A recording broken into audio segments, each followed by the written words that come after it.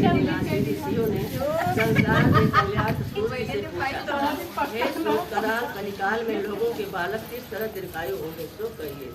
सूर्य जी बोले, जब द्वापर का अंत और कलयुग का आरंभ था, उसी समय ऋषियों ने आपस में सलाह दी कि क्या इस कली में माता के जीवित रहते पुत्र मर जाएंगे।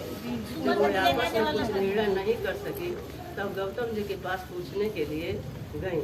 जब उनके पास पहुंची तो उस समय गौतम जी आनंद के साथ बैठे थे। उनके सामने जाकर उन्होंने मस्तक झुकाकर प्रणाम किया। तदंतर स्त्रियों ने पूछा, हे प्रभु, इस कलयुग में लोगों के पुत्र किस तरह जीवित रहेंगे? इसके लिए कोई व्रत या तप हो तो कृपा करके बताइए। इस तरह उनकी बात सुनकर गौतम जी बोले, आपसे मैं वही बात कहूँगा जो मैंने पहले से सुन रखा है। गौतम जी ने कहा, जब महाभारत युद्ध का अंत हो गया और लोड पुत्र अश्वत्थामा के द्वारा अपने बेटों को मरा देखकर सब पांडव बड़े दुखी हुए, तो पुत्र के शोक से व्याकुल होकर द्रौपदी अपनी शक्तियों के साथ रामाश्रय को पहुंचे।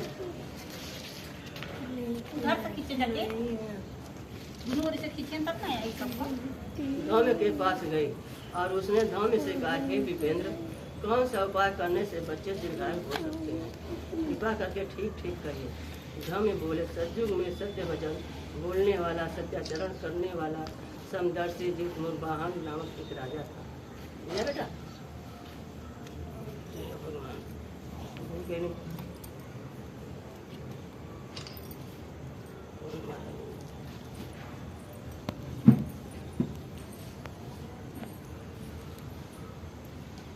एक बार वह अपनी स्त्री के साथ अपने ससुराल गया और वही रहने लगा। एक दिन आधी रात के समय पुत्र के शोक से व्याकुल कोई स्त्री रोने लगी, क्योंकि वह अपने बेटे के दर्शन से निराश होकर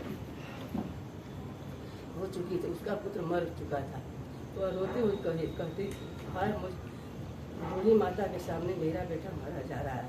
उसका रुदन सुनकर राजा जितमुर्वाहन का तो मानो हृदय विद्युत हो गया।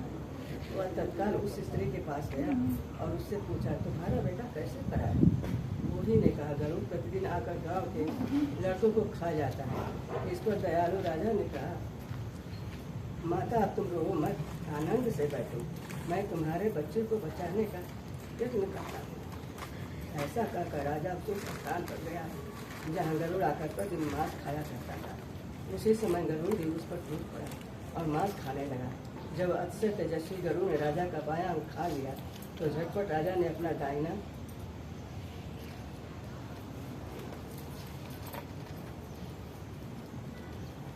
अंग देकर गरुड़ के सामने कर दिया। यह देखकर गरुड़ जी ने कहा, तुम कोई देवता हो? कौन हो तुम? मनुष्य तो नहीं जान पड़ते। अच्छा अपना जन्म और कुल बताओ। पीड़ा से व्याकुल मन वाले राजा ने कहा, हे पक्षीराज, इस तरह का प्रश्न करना व्यर्थ है। तुम अपनी इच्छा भर मेरा मांस खाओ। यह सुनकर गरुड़ रुक गए और बड़े आदर से राजा के जन्म और कुल की बात पूछने लगे। राजा ने कहा, मेरी माता का नाम शैव्या और मेरे पिता का नाम शालिवाहन है। सूर्य वंश में मेरा जन्म हुआ है और जितमुर्वाहन मेरा नाम है। राजा की दयालुता देखकर गरुड़ ने कहा, हे महाभाग, तुम्हारे मन में जो अभिलाषा हो वह वर मांगो। राजा ने कहा, हे पक्षीराज, यदि आप मुझ पर बढ़ते रहे तो वर दीजिए कि मैं आपने जब जिन प्राणियों को खाया है वह सब जीवित हो जाए। हे स्वामी, अब से आप यहाँ बालकों को न खाएं और कोई ऐसा उपाय करें कि जहाँ जो उत्पन्न हो वे लोग बहुत दिनों तक जीवित रहें। धौम्य ने कहा कि पक्षीराज, गरुड़ राजा को वरदान देकर स्वयं अमृत के नाम लिए नागलोक चले। वहाँ से अमृत लाकर उन्होंने उन मरे हुए मनुष्यों की हड्डियों पर बरसाया। ऐसा करने से सब लोग जीवित हो गए जिनको कि पहले गरुड़ ने खाया था। राजा के त्याग और गणित कृपा से वहाँ वालों को बहुत कष्ट दूर हो गया। उस समय राजा के शरीर की शोभा दूर हो गई।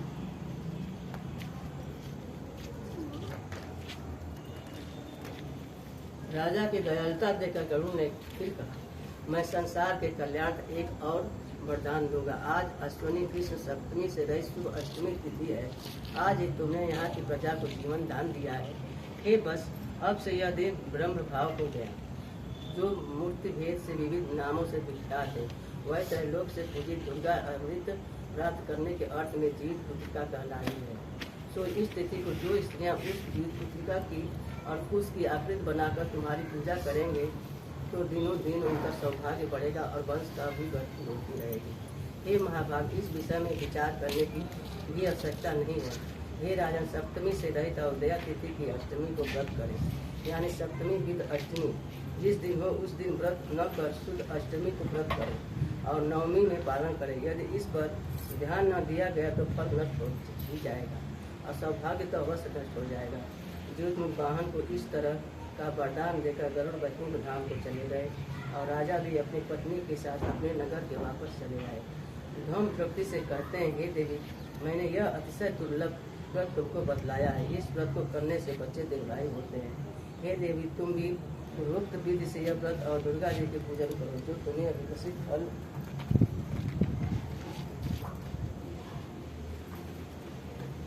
प्राप्त होगा।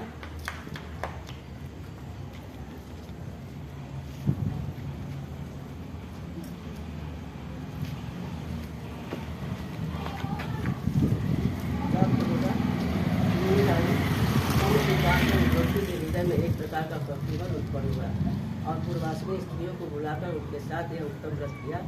गौतम ने कहा, यह व्रत और इसके प्रभाव को किसी एक चीर की आ गई तो चीर वाली हो गई, हो गया।